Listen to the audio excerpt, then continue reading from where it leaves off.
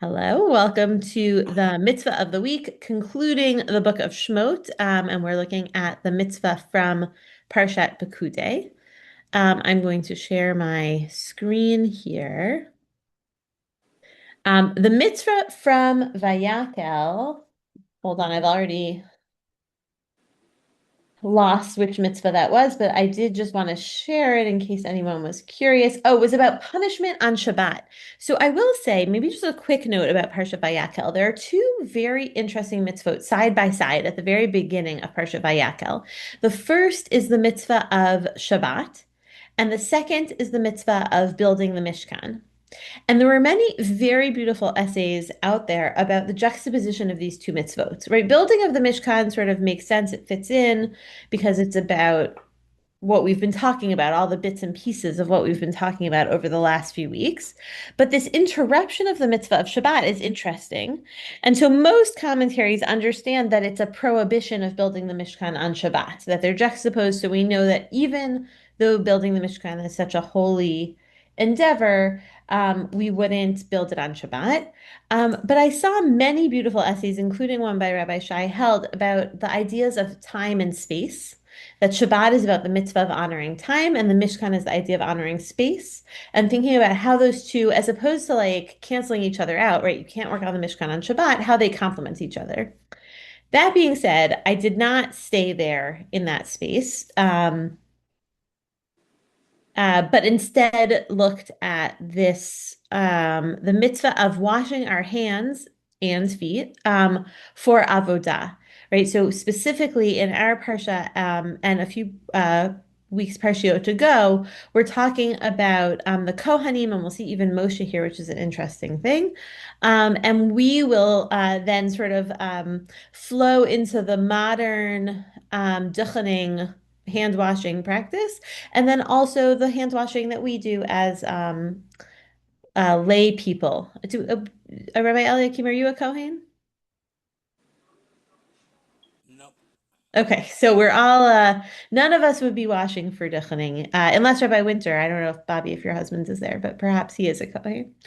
Um, Okay, so the psukim from our parsha, Vayisem et kior ben ohel moed uben hamizbeach, v'yitain shama mayim l'rachtzah.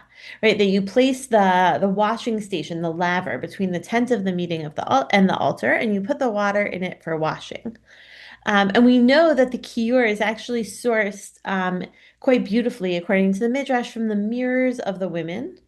So this is like a very holy space in general. Right, the Midrash says that the mirrors that the women use to help provide continuity of peoplehood, right, that they use them to help encourage or entice the men to continue to procreate, even during the dark periods of slavery, are then given to be this very special vessel in the Mishkan. Um, what do we do with this kior? V'rachatzu mimenu Moshe v'Aharon uvanav etzidehem v'et raglehem. And from it, Moshe and Aaron and his sons would wash their hands and feet. B'voam el ohel moed u'bekrabtam el hamizbeach yirchatzu ka'asher tzivah Hashem et Moshe. So it seems to be a mitzvah, right? God commands Moshe that anyone who enters the ohel moed has to wash, or gets close to the mizbeach, has to wash their hands. There is like a tiny diversion question of why Moshe, right? Moshe is not a Kohen. And in fact, we won't read this all out, but this is from two parshiot ago. We talk about Aaron and his sons washing their hands and feet, right? Pasuk Yud Tet, V'rachatu Aaron uvonav mimenu. Um, and the answer is that a very interesting thing is that during the trial period, so from like the opening, sort of the soft opening of the Mishkan, right? From the opening of the Mishkan until 8 days later, when we do our official formal Chanukah Tabayit, Moshe is the one doing all of this work. So for those 8 days, right, we're talking about Moshe also, but generally sort of moving forward, we're talking about Aaron, his sons, and then future generations of Kohanim. And so the Sefer Mitzvot, among many other, codifies this as a mitzvah, right? He shetzivah hakohanim lerchotz yedeihem v'ragleihem kol zman shitztarchu likanes behechal ula'avod avodah. Right? So Hashem commands the priests to wash their hands and feet each time they have to enter the the chamber of the temple to do the service, to offer korbanot. V'zohi kadosh yadayim v'raglayim.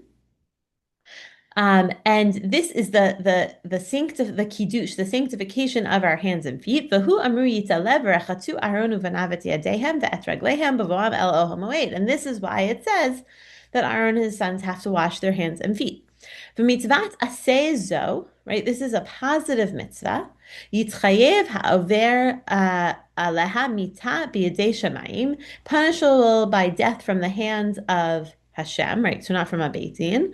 רוצה לומר שהכהן שמשמש במקדש בלא קידוש ידיים ורגליים, חייב מיתה בידי שמיים, right? So if you use the Beit HaMikdash without it, then you are liable for death, right? Spelling it out very explicitly. V'hu amru yitbarach shemo yirchatu mayim v'lo yamutu. And that is why it says they shall wash with water and they shall not die, right? That's from 2 weeks ago. Or maybe last week, Parsha Kitisa. This is the mitzvah right here, is Aaron and his children, or anyone who goes into the into the Mishkan or the Ohel Moed, has to wash their hands and their feet. Ooh, sorry about the funny spacing here. And so there is a question, which we're not going to go into super depth about whether you have to stand or sit when you do this, and what maybe there's like a bracha that you should say, and the rabbis discuss it in a few places. So we're going to look in Sota, and then we're going to look again in Zvachim. Two different places where the rabbis are thinking about this avodah, the Kohen's work in the Beit HaMikdash. Here, Rabbi Yehoshua ben Levi says, "Kol Kohen shelo natal yadav lo yisat kapav." Right. So now the rabbis are talking about a post-temple time. Right, the rabbis of the Gemara, and so he says now we're talking about duchening. Right, any priest who did not wash his hands cannot then give the priestly bracha. Shenamar su'u yedechem kodesh uvarchu et Hashem. Right, because it says in Tehillim that you have to lift up your hands in sanctity and bless Hashem, and so that teaches that if you have not washed your hands, you can't recite this bracha. And Tosfot has a long question here about the order of things in shul, basically, and whether you have to wash your hands every time or maybe just sometimes. So he starts this. It's a long Tosfot. I think it's kind of a fun one, so we'll see how it goes. We might not do the whole thing, but Tosfot, as he often does, starts by quoting Rashi. Perush Rashi, Amar li Rabbi im natal kohen yadav shacharit v'nitaher, eino tzarich litul yadav kashe'oleh leduchan.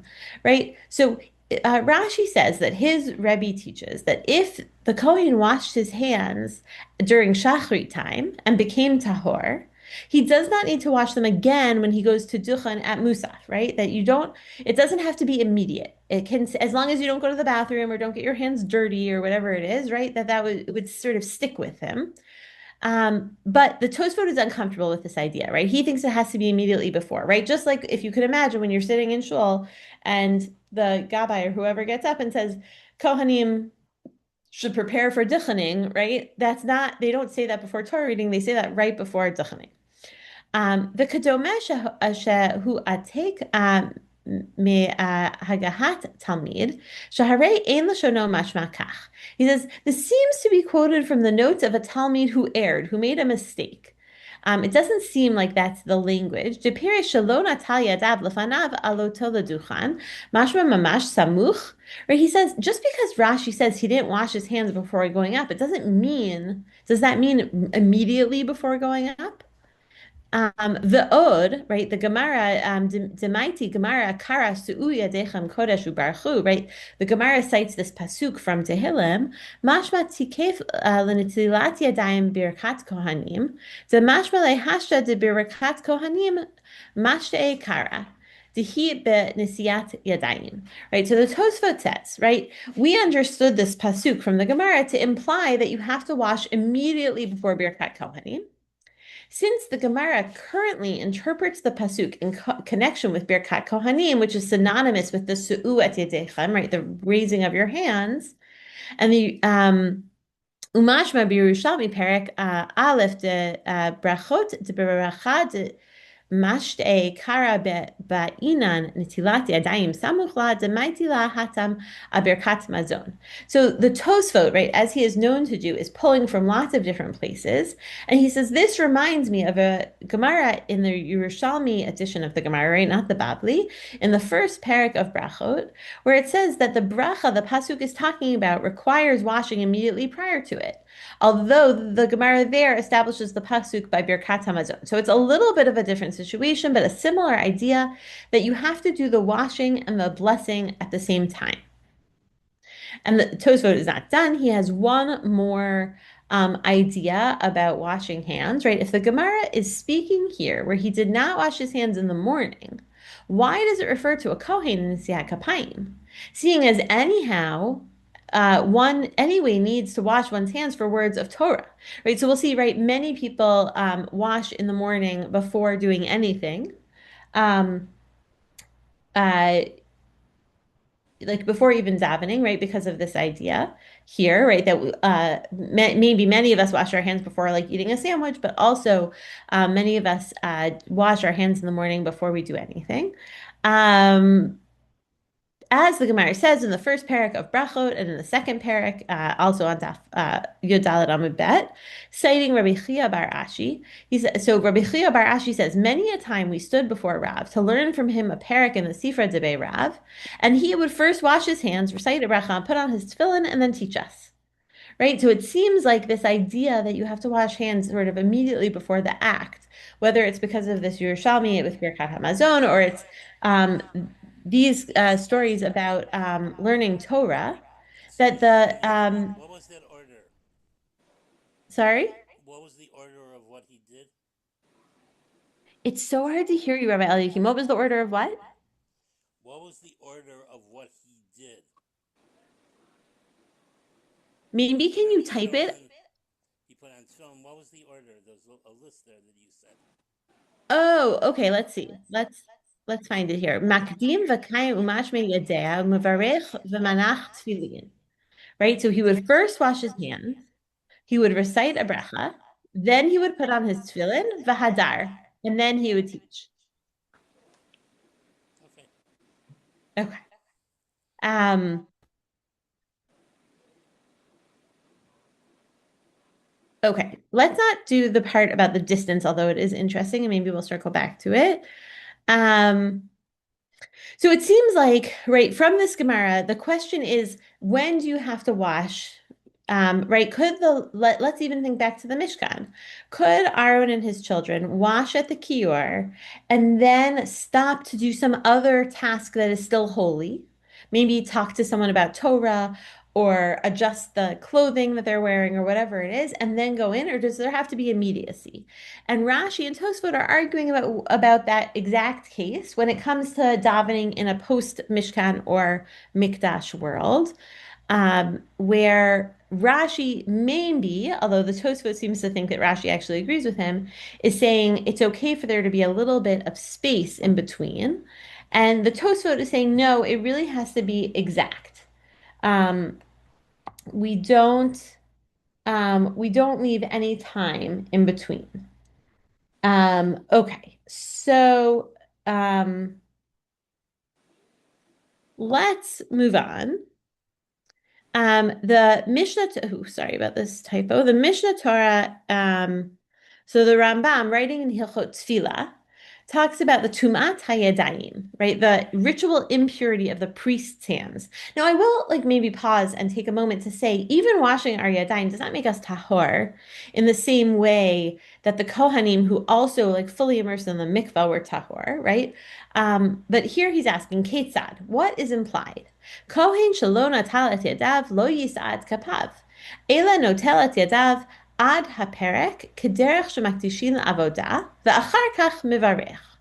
Okay, so he says a Kohen who does not wash his hands could not recite the bracha during dachaning. He should wash his hands up to the wrist. Now, I have never seen Levine wash Kohanim's hands. I have to admit, I assumed it was more of like a sprinkling action, but it seems like it's supposed to be up to the wrist because that was what was done in the Beit Hamikdash. And again, the Rambam quoting the Gemara, right, quoting Tehillim, um, connects to Yedechem ubarchu et Hashem, raising up your hands and blessing Hashem. It has to be Kodesh. And so that Kodesh is washing your hands before you dachin. Okay, so now let's think that is right, Kohanim in the Mishkan or the Beit HaMikdash, Kohanim today. And now, as I assumed, there would be no Kohanim. Unless, Jerry, are you a Kohen? Jerry Sachs, are you a Kohen?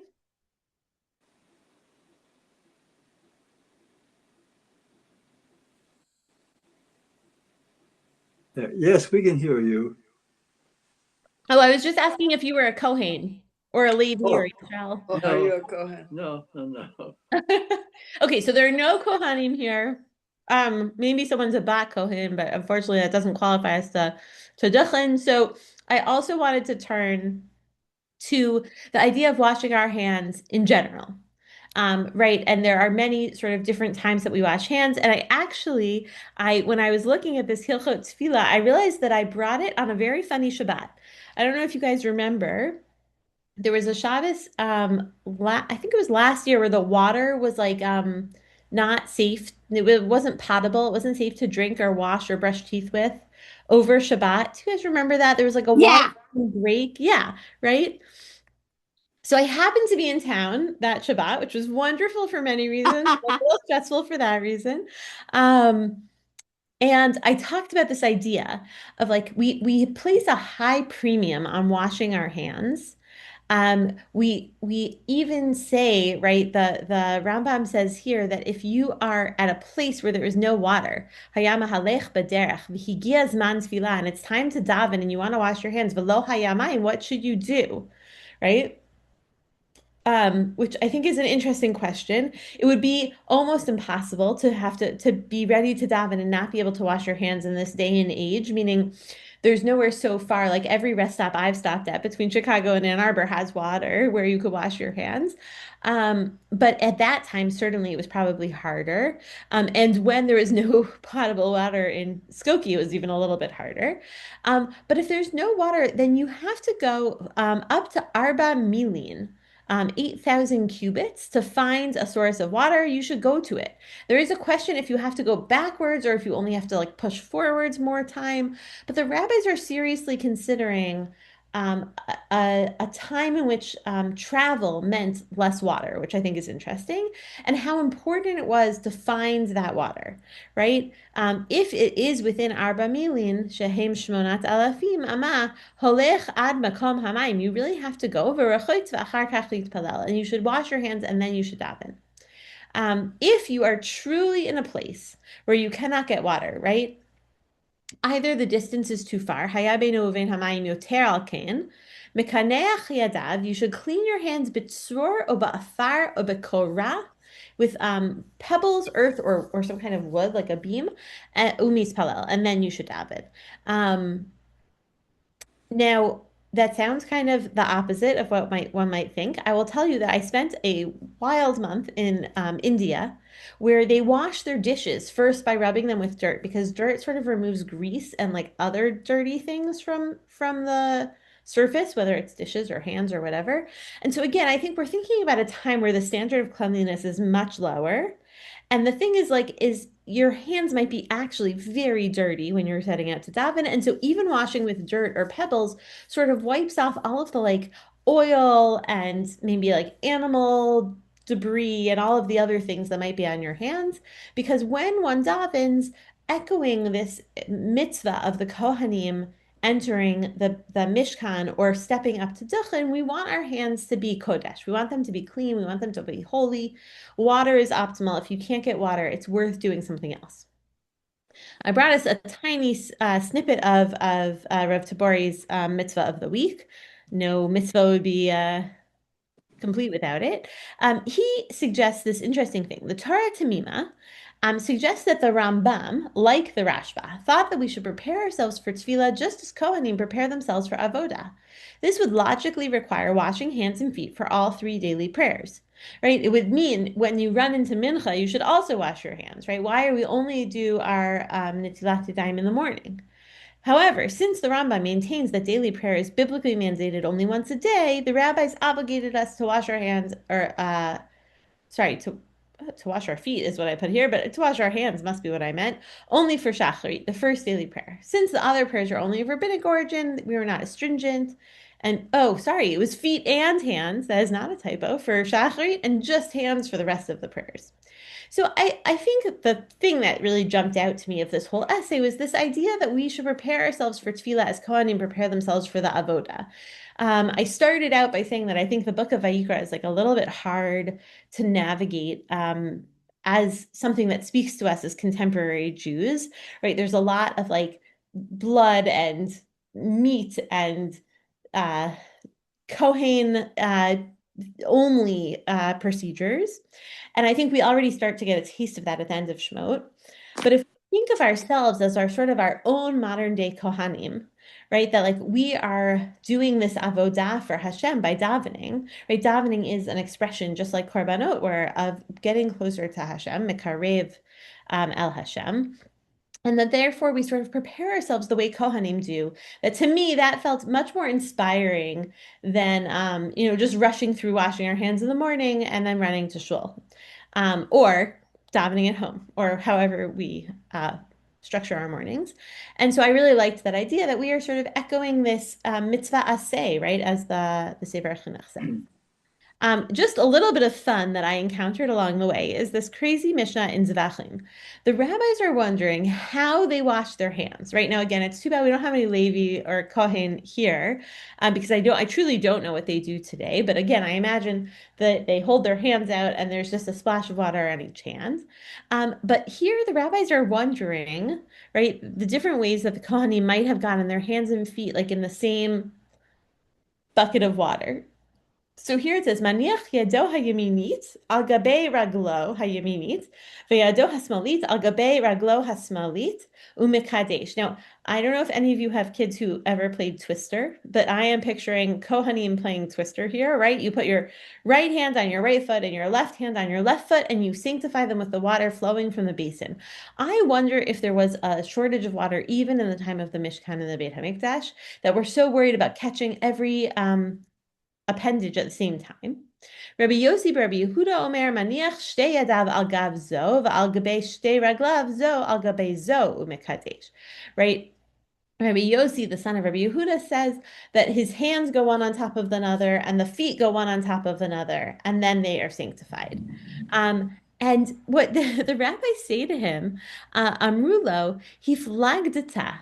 You have gone too far. Ef sharla sot came. The rabbis are saying it's not possible to balance yourself in that way, one foot on top of another. Shapir ka'amrile. The Gemara notes that they speak well to them because it would be impossible to assume such a position without losing one's balance, right? If you thought washing in the morning was easy, just try to imagine the like balancing act that the rabbis are picturing all of the Kohanim doing while this happens. But why did I bring this fun Gemara? Because Amar Rav Yossi v'chaveiro my misayo. And I think that this is just a beautiful idea in general, that another priest would help him maintain his balance. And I think that there's this idea that like sometimes we need help, right? The Leviim washed the Kohanim's hands to duchen. The Kohanim had to help each other in the Mishkan. And so however we think about hand washing, whether we're literally doing Negelwasser in the morning, or we're preparing for davening in some other way, that it's okay if it's an EF Sharla Sotkin, if it feels impossible to get yourself there, ask a friend to help you, right? That we need to help each other do these sort of technical sanctification moments within our davening, within the Mishkan, within duchening, and that like having a chavruta is a great thing. right? Whether that means someone to drive you to shul, someone to actually lift the cup for you to wash your hands, someone to show you the place. I don't know. I thought there was like a beautiful parallel to today in this Gemara. Rav Tabori brings it for the end of the Gemara, which is about standing versus sitting. I know that there is a lot of question about duchening, Kohanim duchening, if they have any kind of disability, physical disability. So I don't know what would happen if you couldn't stand to do the washing of the hands beforehand, but that it seems to be preferable for him to be standing for that purpose. Um, and then I wanted to leave us just with two, sorry, just kidding, three sources. The Ramban again, commenting on last week's Parsha, talking about the same action, but the one where it's just Aaron and his children, I think gives us another beautiful analogy for why we wash our hands before we daven, right? So there is this like idea that our hands have to be kadosh, but there's also, I think, just an idea of sort of like formal respect. Right, the Ramban says, "Harechitza hazo derech kavod shelama'ala." This is out of respect for Hashem. Ki kol hikriv l'shulchan hamelachim l'sharet v'liga b'pat b'pat bag hamelech u'bayayim mishtav rochetz yadav ba'avor hayot hayadayim askaniyot.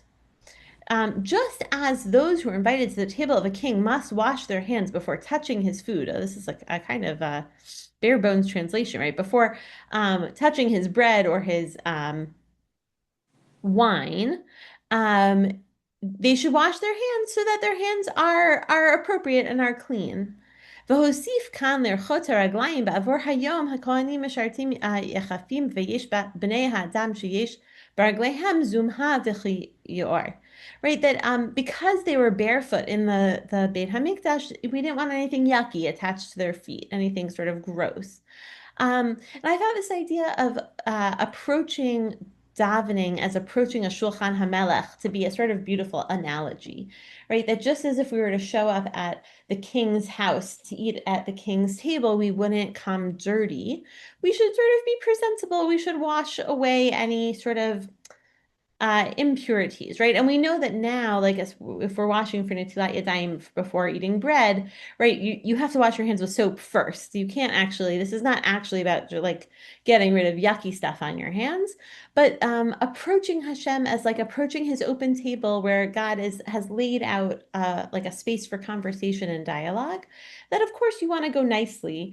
I don't know if I've told this story here before, but one of my colleagues, used to say that when she would leave her house in the morning, she went to Beis Yaakov, she wore a uniform with, her shirt had buttons and she had a cardigan, and her mother would say, like, you wouldn't go to Hashem with like messy clothes, and you're always standing before Hashem, and she would make her fix all of her buttons and all of her things, right?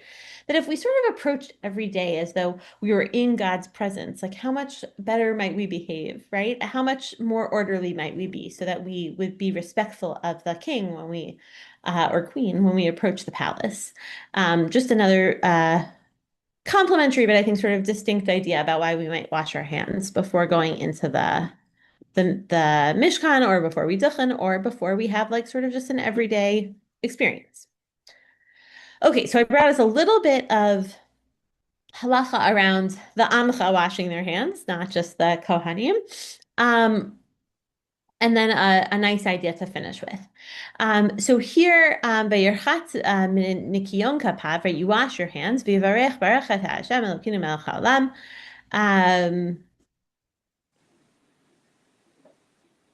Elokeinu melech haolam. Asher kitchenu mitzvotav v'tzivanu. Sorry, I got stuck on that one. Al netilat yadayim, right? That's the bracha we are used to. So I don't know how many times everyone washes their hands. No one has to say if they don't want to, but there are different minhagim here. So the Torah says we should pour 3 times on each hand. This has nothing to do with respect of Hashem or being kadosh, but it is a superstition, right? That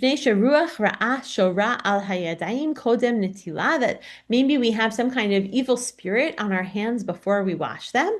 And evil spirits don't leave us, as we may or may not know, until we've poured water on our hands 3 times. ועל כן צריך למנוע מהגיע בידיים קודם נטילה, לפה, לחותם ולאוזניים ולעיניים, מפני שרוח רעה שורה עליהם. And therefore, we should refrain from touching um, our mouth, our nose, our ears, our eyes, because there might be evil spirit there that might get rubbed off onto our fingers, right? It's interesting how superstitious this is here.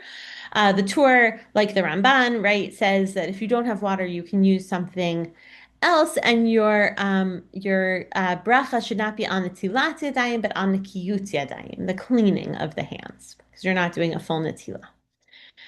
This Rabbeinu Bachya here, again, sorry, on last week's Parsha, talks about a Kabbalistic approach that the washing of 10 fingers and 10 toes was an allusion to the 10 emanations, the Eser Svirot, which enabled the physical universe to be created out of a totally abstract domain, right? So Hashem uses 10 Svirot to create this order in the world. And when we raise our hands above our head and raise 10 fingers, it alludes to these 10 Svirot.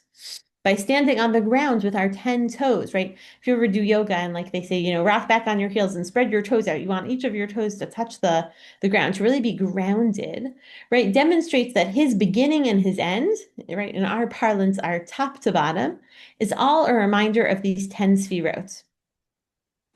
And this is the reason that we have to wash our hands before we daven, right? Not, again, not as a sign of respect, not about kedusha, not about some kind of worry about a ruach ra'ah, some kind of evil spirit, but this connecting, grounding ourselves into like the framework that Hashem used to create the world, that we remind ourselves, oh, I have 10 fingers here, like the 10 sfirot, and I'm going to try to organize myself and my orientation into that way.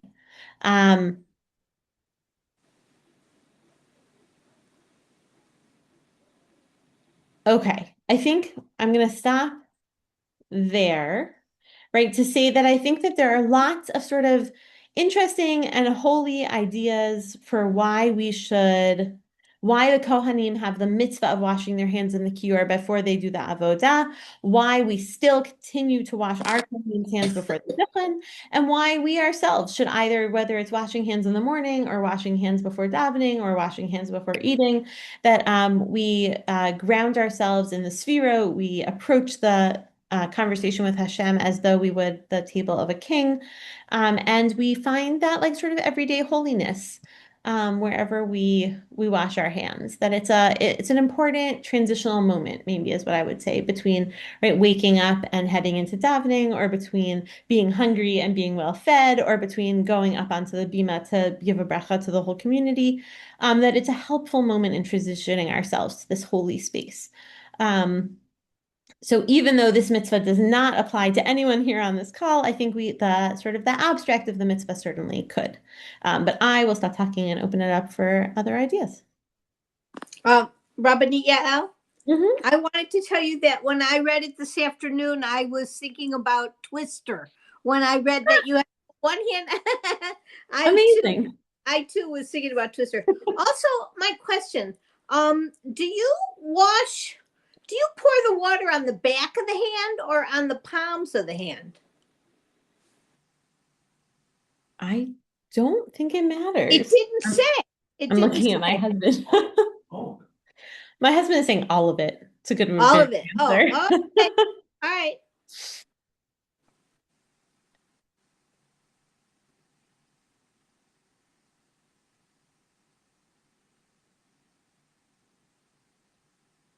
Okay, well, this last conversation reinforces my idea that maybe we might stray from the mitzvah of the week a bit in Sefer Vayikra. I think it has been a lovely orienting structure, and we've learned a lot of interesting things along the way. But I've been thinking about turning to Aviva Zorenberg a little bit. She has a beautiful book on Sefer Vayikra called The Hidden Order of Intimacy. And I think that we might look at some bits of her essays, or we might look at some midrashim. But I think Vayikra is a hard book to access, even under the best of circumstances. And so the mitzvah might not be like the place to push ourselves this sefer. So if you have ideas of things you'd like to learn, I would be delighted to hear them. Otherwise, I think if there's a mitzvah that catches my eye, maybe we'll do it, but otherwise we might do a little bit of like a taster course of some other commentaries, thinkers on the Parsha, think about how to really relate to the book of Vayikra. So thank you for this beautiful journey of Mitzvah of the Week through both Breshit and Shemot, and maybe we will return to it more fully in Bamidbar, but stay tuned for some interesting Parsha thoughts beginning next week. I hope everyone has a wonderful weekend. It's nice to see everyone's face. I hope everyone's Purim was nice, and an early Shabbat Shalom. Shabbat Shalom. Thank you. Thank you.